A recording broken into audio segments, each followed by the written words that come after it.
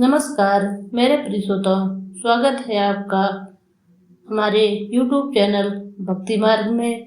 मैं अनुराधा आज आप सबको मंगलवार की पावन व्रत कथा सुनाऊंगी। तो चलिए शुरू करते हैं मंगलवार की पावन व्रत कथा।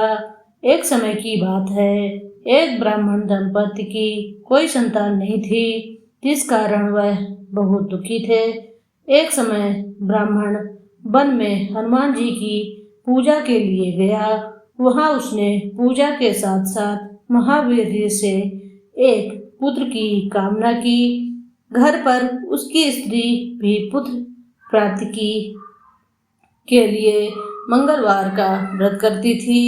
वह मंगलवार के दिन व्रत के अंत में हनुमान जी को भोग लगाकर ही भोजन करती। एक बार व्रत के दिन ब्राह्मणी ना भोजन बना पाई और ना ही हनुमान जी को भोग लगा सकी। उसने प्रण किया कि वह अगले मंगलवार को हनुमान जी को भोग लगाकर ही भोजन करेगी। वह भूखी प्यासी 6 दिन तक पड़ी रही। मंगलवार के दिन वह बेहोश हो गई। हनुमान जी उसकी निष्ठा और लगन को देखकर प्रसन्न हुए।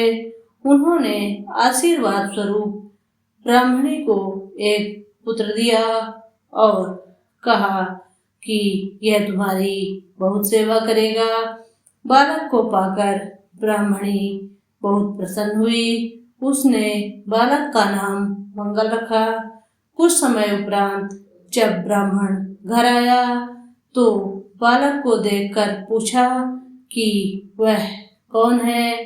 पत्नी बोली कि मंगलवार व्रत से प्रसन्न होकर हनुमान जी ने उसे यह बालक दिया है। ब्राह्मण को अपनी पत्नी की बात पर विश्वास नहीं हुआ। एक दिन मौका देखकर ब्राह्मण ने उस बालक को कुएं में गिरा दिया। घर लौटने पर ब्राह्मणी ने पूछा कि मंगल कहाँ है। तभी पीछे से मंगल मुस्कुराकर आ गया। उसे वापस देखकर ब्राह्मण आश्चर्यचकित रह गया। रात को हनुमान जी ने उसे सपने में दर्शन दिया और बताया कि यह पुत्र उसे उन्होंने ही दिया है। ब्राह्मण सत्य जानकर बहुत खुश हुआ। इसके बाद ब्राह्मण दंपति प्रत्येक मंगलवार को व्रत रखने लगे। जो मनुष्य मंगलवार की व्रत कथा को पढ़ता है या सुनता है और नियम से व्रत रखता है, उसे हनुमान जी की कृपा से सब कष्ट दूर हो जाते हैं और सब सर्व सुखों की प्राप्ति होती है और हनुमान जी की दया का पात्र बनता है। इस प्रकार मंगलवार की पावन व्रत कथा समाप्त हुई।